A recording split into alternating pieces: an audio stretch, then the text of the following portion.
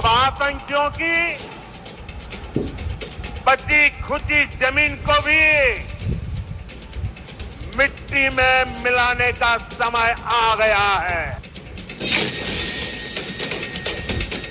भारत ने पाकिस्तान के साथ बहुत बड़ा खेल कर दिया है। पहलगाम आतंकी हमले के बाद पाकिस्तान को भारत से जिस पलटवार की उम्मीद थी, भारत ने ठीक उसका उल्टा कर दिया है। ज्यादातर लोगों को अंदाजा ही नहीं है कि भारत ने असल में पाकिस्तान के साथ किया क्या है। सबको लग रहा है कि भारत ने 5 बड़े ऐलान कर दिए, सिंधु जल समझौते को रोक दिया, पाकिस्तानी नागरिकों का वीजा रद्द कर दिया, अटारी बॉर्डर बंद कर दिया। लेकिन किसी को पर्दे के पीछे का खेल समझ नहीं आ रहा। किसी को ये पता नहीं है कि भारत ने इस बार पाकिस्तान को अंदर तक घुसकर मारा है। किसी को ये भी नहीं पता कि पाकिस्तान के सिंध प्रांत में लोग सड़कों पर आ गए हैं। पाकिस्तान में बगावत शुरू हो गई है। ट्रेन की पटरियां और सड़कें जाम कर दी गई हैं। इस वीडियो में हम आपको पूरा खेल समझाएंगे। दरअसल इस बार भारत का हमला इतना बड़ा है कि पूरे पाकिस्तान का मानसिक संतुलन बिगड़ गया है। पाकिस्तान की सरकार और सेना ने अपनी news media, social media influencers, celebrities और डिप्लोमेट को आदेश जारी किया है कि ऐसा माहौल और नैरेटिव पेश किया जाए कि भारत के एक्शन से पाकिस्तान को कोई फर्क नहीं पड़ा, भारत कुछ ज्यादा नहीं कर पाया। अपने इसी नैरेटिव को साबित करने के लिए भारत में पाकिस्तान हाई कमीशन के अधिकारियों ने जानबूझकर मीडिया के सामने केक मंगवाया। पाकिस्तान ये दिखाने की कोशिश कर रहा था कि हम डरे नहीं हैं, हम तो इतने निश्चिंत हैं कि केक खा रहे हैं, आतंकी हमले का जश्न मना रहे हैं। लेकिन असल में पूरा पाकिस्तान वेंटिलेटर पर पहुंच चुका है। भारत का हमला इस बार एलओसी के पास बैठे आतंकी कैंप्स पर नहीं था, बल्कि सीधा इस्लामाबाद में पाकिस्तानी सरकार, रावलपिंडी में पाकिस्तानी सेना और आम पाकिस्तानी लोगों पर था। कई लोग बोल रहे हैं कि भारत ने सर्जिकल स्ट्राइक या एयर स्ट्राइक क्यों नहीं की। तो उन लोगों को हम बताना चाहते हैं कि भारत ने इस बार जो किया है वो सर्जिकल स्ट्राइक का भी बाप है। पाकिस्तान यही मानकर बैठा था कि भारत सर्जिकल स्ट्राइक करेगा। पाकिस्तान चाहता भी यही था कि पूरा मामला सर्जिकल स्ट्राइक से ही रफा दफा हो जाए। भारत अगर सर्जिकल स्ट्राइक या एयर स्ट्राइक कर देता तो उससे पाकिस्तान को कोई फर्क नहीं पड़ता। ज्यादा से ज्यादा पाकिस्तान के 300 से 400 आतंकी मारे जाते। पाकिस्तान जैसा देश फिर नए आतंकी पैदा कर देता। आतंकी मरते तो हमेशा की तरह पाकिस्तान इन्हें शहीदों की तरह पेश करता। पाकिस्तान गांव मोहल्लों में आतंकियों की लाशें दिखाकर नए युवाओं की भर्ती करता।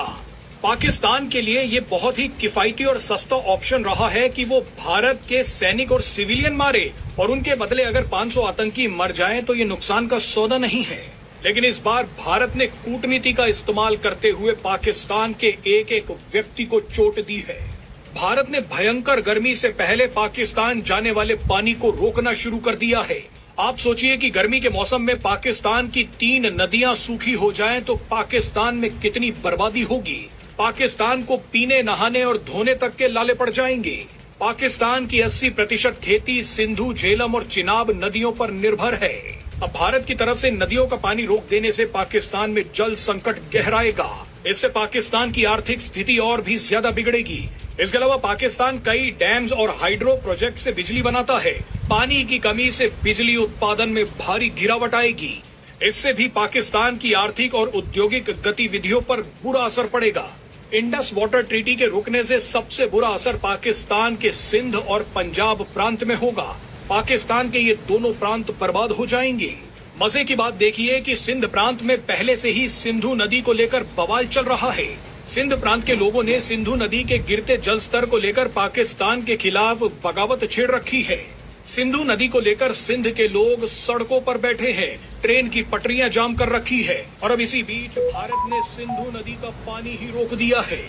यानी पाकिस्तान के सिंध प्रांत में अब तबाही मचनी शुरू हो जाएगी। पाकिस्तान में गृह युद्ध जैसी स्थिति पैदा होनी शुरू हो चुकी है। इतना करने के बाद भारत ने ये ऐलान भी कर दिया है कि पाकिस्तान के साथ अब कोई व्यापार नहीं किया जाएगा। अभी तक तो पाकिस्तान कुछ हद तक भारत का सामान किसी तीसरे देश से खरीद लेता था, लेकिन अब उसे भी बैन कर दिया गया है। लेकिन अगर आप अभी भी सोच रहे हैं कि भारत कोई सैन्य एक्शन नहीं लेगा तो आप गलत हैं।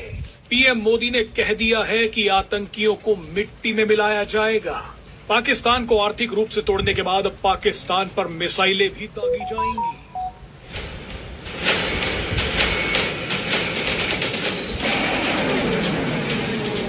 इन तस्वीरों ने पूरे पाकिस्तान को हिला दिया है। कई देशों के राजदूत अचानक भारत के विदेश मंत्री एस जयशंकर से मिलने पहुंच गए। भारत एक बहुत बड़ा खेल कर सकता है। पीएम मोदी ने आज अंग्रेजी में पाकिस्तान को लेकर एक बयान दिया। इस बयान के बाद ऐसी हलचल मची कि 20 देश विदेश मंत्री एस जयशंकर से मिलने पहुंच गए। इनमें रूस, अमेरिका और खास तौर पर चीन सबसे महत्वपूर्ण है। आप सोचिए कि पीएम मोदी ने पाकिस्तान को धमकी दी, उसके तुरंत बाद चीन ने विदेश मंत्री एस जयशंकर से मुलाकात की। बयान अंग्रेजी में इसलिए दिया गया ताकि पूरी दुनिया को पता चल जाए कि भारत क्या करने वाला है। इसीलिए इस बयान के बाद दुनिया भर के राजदूत विदेश मंत्री एस जयशंकर से मिलने पहुंच गए। आप पहले पीएम मोदी का बयान सुनिए, उसके बाद आपको बताएंगे कि कौन कौन से देश विदेश मंत्री एस जयशंकर से मिले हैं। I say to the whole world, India will identify, track and punish every terrorist and their backers.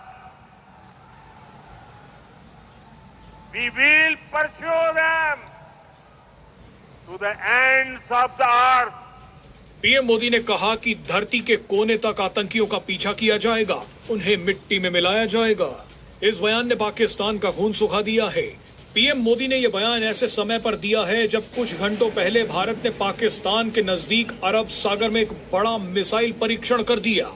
इसके बाद गृह मंत्री अमित शाह और विदेश मंत्री एस जयशंकर ने राष्ट्रपति द्रौपदी मुर्मू को पहलगाम हमले की जानकारी दी। खबर आ रही है कि army chief general Upendra Dwivedi कल श्रीनगर जा रहे हैं। इस बड़ी हलचल जयशंकर से